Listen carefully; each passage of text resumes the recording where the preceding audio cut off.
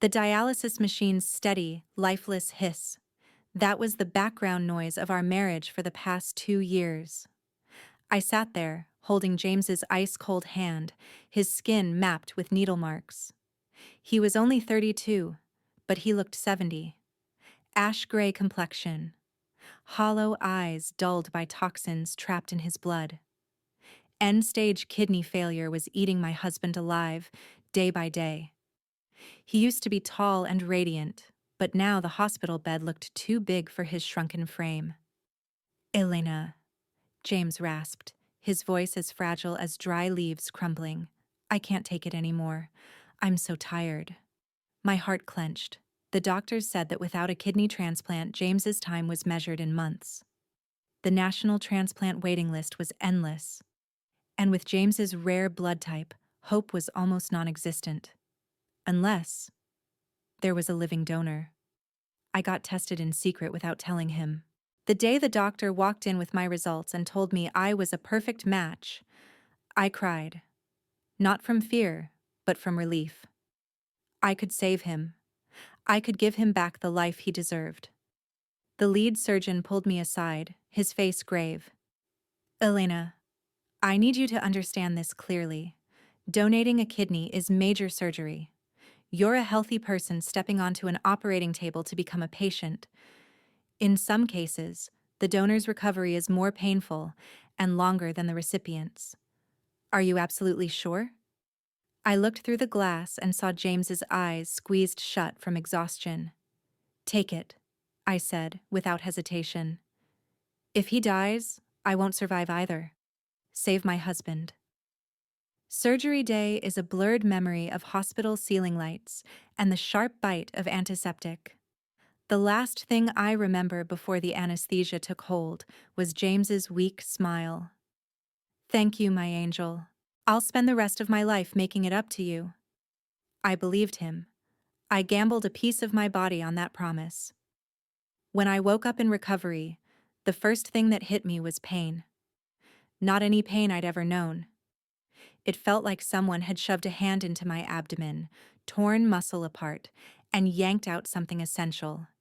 Any movement, even a deep breath, set the 15-centimeter incision along my side on fire. But my first question to the nurse was, "Where's my husband? How is James?" The nurse beamed. "Oh, he's incredible. The new kidney started working right there on the table. He's in the next room. His creatinine is already back to normal. He looks like a different person." I exhaled in relief, even while the pain was ripping through me. 2 days later, they wheeled me into James's room. What I saw stopped me cold. James was sitting up, back straight. The grayness was gone. His skin looked pink and alive. His eyes were bright, no trace of that drained exhaustion. He was devouring hospital food like it was a feast. "Elena!" he shouted, loud and strong. "Look at me. I can pee again. I feel like Superman."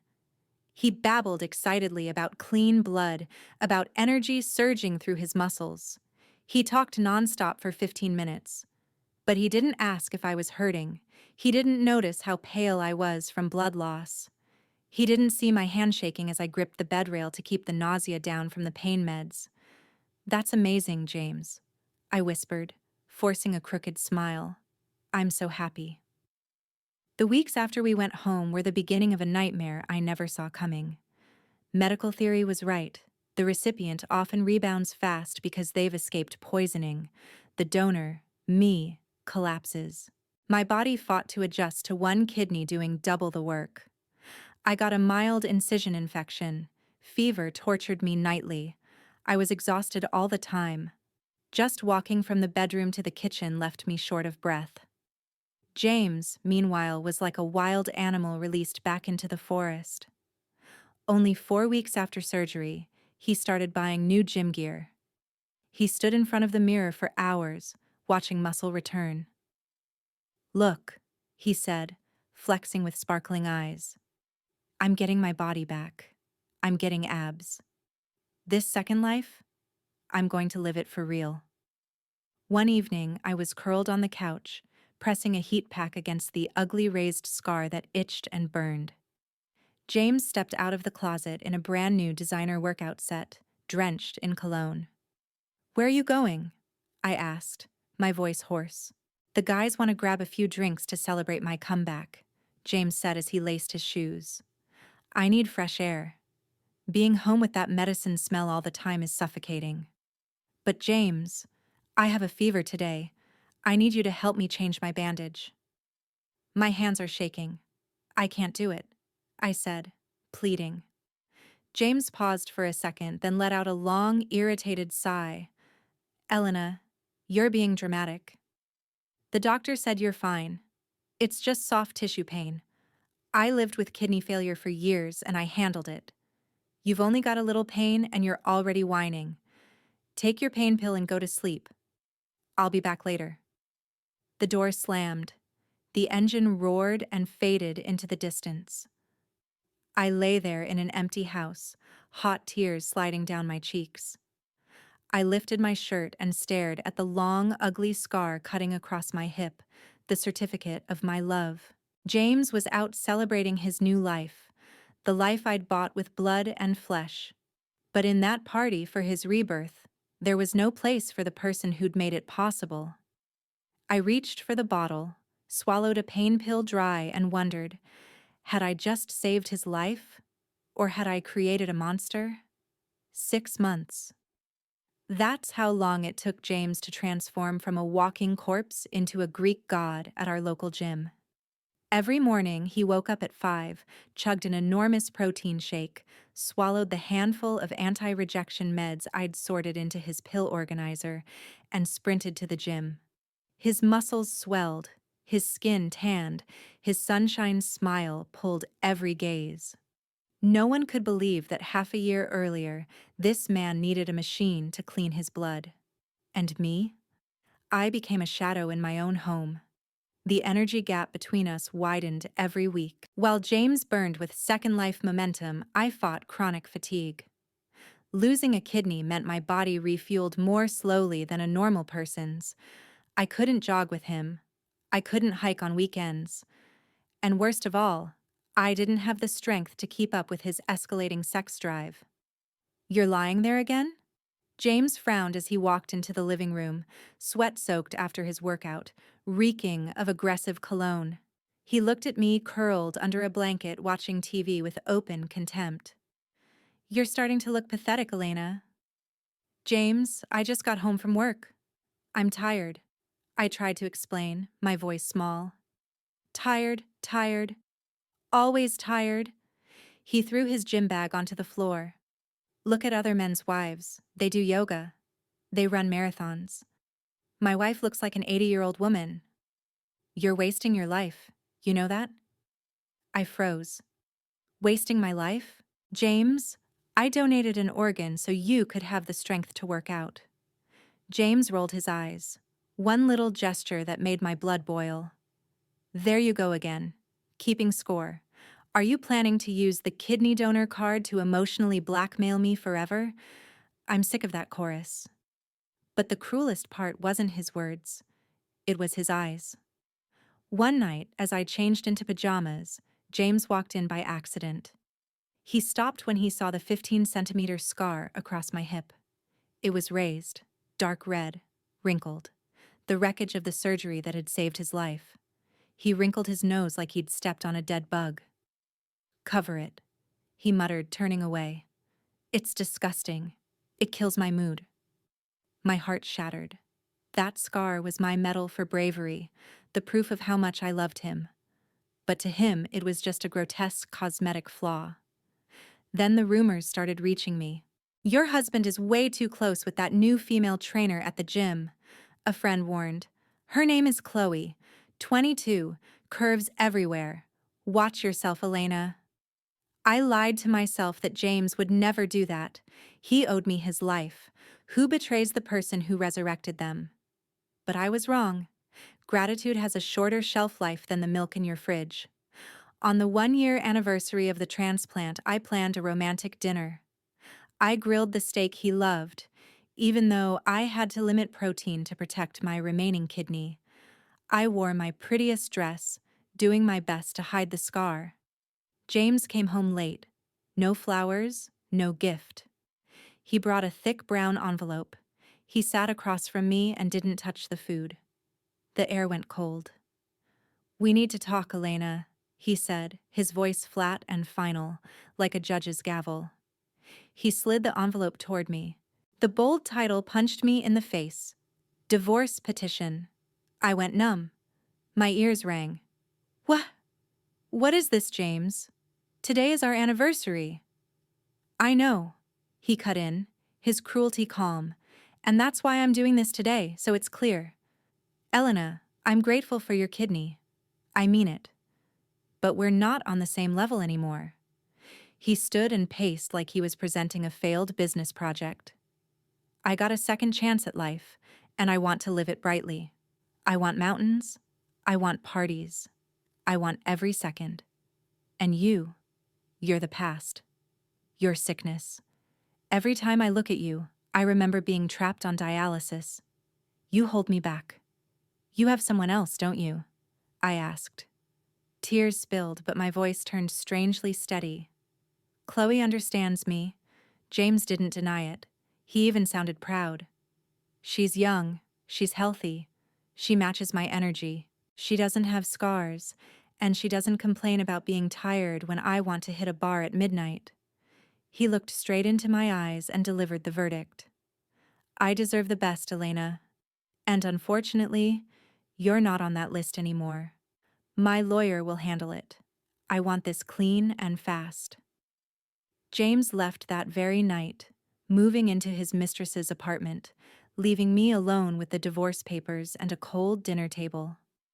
I sat there for a long time, my hand absent-mindedly tracing the raised scar on my right side. That spot used to hold a healthy kidney beating with my life. Now it lived inside the man who'd just thrown me away like expired goods. I wiped my tears. Bottomless grief gave way to something colder, sharper. James thought he had everything: health, freedom, a new love. But he forgot the most basic rule for transplant patients: compliance. He forgot who reminded him to take his meds on time every day. He forgot who cooked low-salt, low-protein meals for him. He thought that kidney was his. No, James. It was borrowed. And you just pissed off the lender. I picked up a pen, but not to sign the petition. I grabbed my phone and called the best divorce attorney in the city, a man known as a shark in alimony cases. Davis Law Office. I want a divorce, I said, my voice ice, and I want the value of a kidney. The county family court was cold and heavy with the smell of polished wood. I sat on the left side, spine straight, in a modest black suit that hid every scar. Beside me was Attorney Davis, a man in his 50s with razor eyes and the posture of a great white shark that had just caught the scent of blood. Across from us, James lounged in his chair, whispering and snickering with his lawyer. He wore an expensive Italian suit stretched over his newly built body, hair slicked to a shine. He didn't look like a man in divorce court. He looked like a CEO about to sign a merger. He didn't even glance at me. In his mind, I was just a minor obstacle on the road to happiness with young Chloe. All rise. The judge entered. Margaret Vance, a stern black woman with horn-rimmed glasses sliding down her nose. She was known as the court's ice queen, famous for showing zero mercy to cheating husbands. I saw Attorney Davis's mouth twitch into a smirk. We'd gotten lucky. The hearing opened with a barrage from James's side. His lawyer stood, smooth as oil. Your Honor, my client, Mr. James, seeks a quick and fair separation. The marriage lasted only 4 years. Mr. James has been the primary income earner for the past 6 months since his recovery. Ms. Elena is still able to work. Therefore, we request an even division of marital assets, 50-50, and no spousal support. James nodded smugly. He thought earning more after getting healthy was his advantage. Objection. My attorney Davis stood, his deep voice filling the courtroom. He wasn't holding paperwork. He was holding a plastic model of a kidney. Your Honor, the petitioner is deliberately ignoring the true nature of the assets in this marriage. The biggest asset isn't the house or the bank accounts. It is Mr. James's life. Davis set the kidney model on the judge's bench, then pointed straight at James. 6 months ago, Mr. James was disabled and dying. My client, Ms. Elena, voluntarily gave up 50% of her kidney function to give it to him. That act permanently reduced her long-term health and earning capacity. She suffers fatigue, lowered immunity, and lifelong complications. The entire courtroom went silent. James started shifting in his seat. Davis continued, voice sharp. Mr. James is divorcing Ms. Elena because she is weak. But, Your Honor, she is weak because he is strong. He used the health she gave him to make money, then used that money to fund a mistress and tried to kick his benefactor out with nothing. This isn't a divorce. This is ruthless exploitation. Judge Vance pushed her glasses up, her eyes pinning James like nails. Mr. James, she said, ice in her voice, is it true you filed for divorce just 6 months after receiving a kidney from your wife? James stood awkwardly, sweat beading on his forehead. Your Honor, feelings can't be forced. I'm grateful to her. But the kidney was a gift. It's not a transaction. A gift? Judge Vance cut him off, contempt dripping. In my courtroom, we call that marital sacrifice. And that sacrifice has value. She struck the gavel, the sound like a gunshot ending James's arrogance. The court rules. 1. Marital property. In light of the wife's non-monetary contribution that caused permanent damage to her health, the court awards 70% to Ms. Elena and 30% to Mr. James. Ms. Elena will retain the current home. James's face drained to paper. He'd just lost almost everything he'd built. But the nightmare wasn't over. 2. Spousal support. The court finds Ms. Elena's earning capacity has been directly impacted by organ donation to her husband. Mr. James, as the beneficiary of her health, has a duty to compensate. The court orders permanent spousal support at the statutory maximum, $4,500 per month, adjusted annually for inflation. What? James shouted, forgetting where he was. Permanent? I have to support her for life? She's not even crippled. Silence! Judge Vance snapped. One more outburst and I will hold you in contempt. If you're healthy enough to lift weights and chase women, you're healthy enough to work and pay the person who saved your life. Court is adjourned. The gavel fell one last time. Final. Unforgiving. I stood, lighter as if a mountain had slid off my shoulders. I glanced at James. He collapsed back into his chair, face red with rage, crushing his notes in his fist. His lawyer just shook his head and packed up. I walked past him toward the doors. Elena, are you happy now? James hissed through his teeth. You stole everything from me. Are you planning to live off me like a parasite? I stopped and smiled. A cold smile I hadn't worn in 2 years. A parasite? I laughed softly. James, you're living with my kidney inside you. So who's the parasite here? And don't forget to pay on time, ex-husband. I stepped out of the courthouse into bright sunlight. James still had his health. He still had the hot mistress. He still thought he'd won because he'd escaped me. But he was wrong. He'd just lost his only shield. With that massive monthly support payment, he'd have to work himself into the ground. He'd learn quickly that partying costs more than he imagined. And more importantly, the kidney inside him. It needed more than money to stay alive. It needed discipline. The one thing James never had. The little ding of a bank alert chimed. It was $4,500 in spousal support from James. On time. But I knew those dollars reeked of desperation. I didn't see James anymore, but social media is a brutal, honest mirror. Through the photos Chloe posted publicly, set to public on purpose to needle me, I watched my ex-husband's slow-motion suicide. Month 1 after the divorce. Long live freedom. Counter new life. Calm party king. In the photo, James held a huge bottle of vodka, grinning in a roaring nightclub. Chloe clung to his muscular arm, cocktail in hand. I looked at it and shook my head. Hard liquor is enemy number 1 for the liver and kidneys, especially on immunosuppressants. Month 3. Vacation in Cabo. Nothing can stop us. They were sunbathing on a beach in Mexico. James forgot to apply sunscreen properly. He forgot anti-rejection drugs raise skin cancer risk by 50 times. Worse, in a breakfast table shot, I noticed something missing. The familiar pill organizer. I used to be his living alarm clock. It's 7 a.m., James. Take your tacrolimus. It's 9 p.m., James. Here's your mycophenolate. Now beside him was only a young mistress who lived for all-night parties. To them, medication was for old people, a buzzkill. And James, drunk on freedom and ego, started believing he was truly cured. 6 months after the divorce.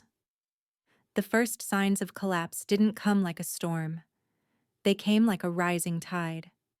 Through a mutual friend, I heard James had started complaining about brutal headaches and random exhaustion. But Chloe brushed it off. "You're being lazy again," she pouted when James refused to go out on Friday night. "Don't turn into your sickly ex-wife. I'm dating the six-pack guy from the gym, not some middle-aged man glued to a couch." Out of pride, out of fear of losing that hot little trophy, James forced himself up anyway. He slammed energy drinks, took high-dose painkillers, NSAIDs, the kidney-toxic meds his doctor had absolutely forbidden, and threw himself back into the party. That fatal night was Chloe's birthday. James threw an extravagant pool party. In the Instagram stories, he looked wrong. His face was swollen, not weight gain, but fluid. His ankles were so puffy you could see the imprint of his shoelaces. His skin wasn't rosy anymore. It had turned a waxy pale yellow. In the video, James raised his glass for a toast, then suddenly froze. He clutched his right flank, where my kidney lived inside him. The glass hit the floor and shattered. "James, what's wrong with you? Don't ruin the vibe." Chloe's shrill voice snapped from behind the camera, more annoyed than worried, but James didn't answer. He collapsed onto the cold tile, convulsing. The video cut off. I got the news through his lawyer the next morning. James was in the ICU of the same hospital where we'd had surgery 2 years earlier.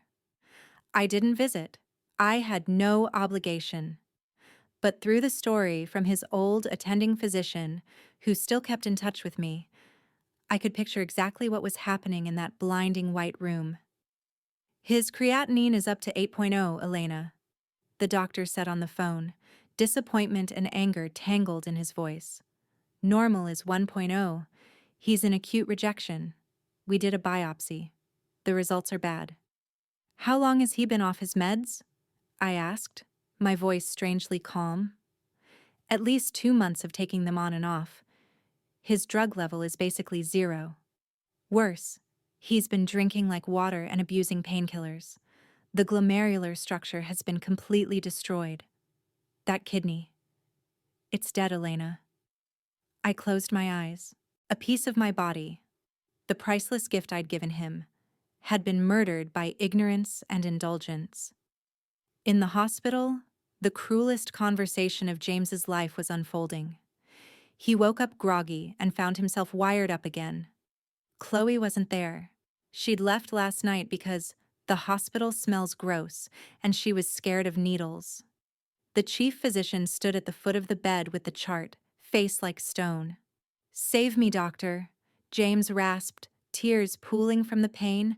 "Put me on dialysis. Put me back on the transplant list. I have money. I'll pay double." The doctor snapped the chart shut. The dry sound echoed through the room. "Mr. James, you don't understand the situation. We'll dialyze you to keep you alive right now, but a second transplant?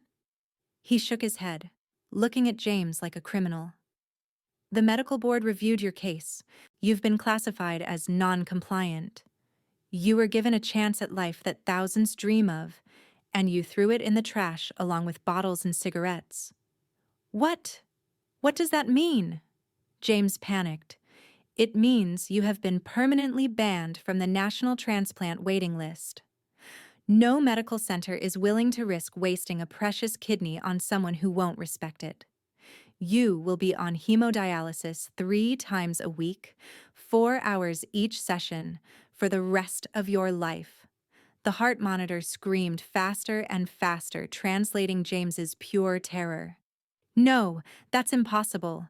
My wife. Call Elena. She'll save me. She still has 1 kidney. Or her sister. Call her. The doctor sighed and turned away.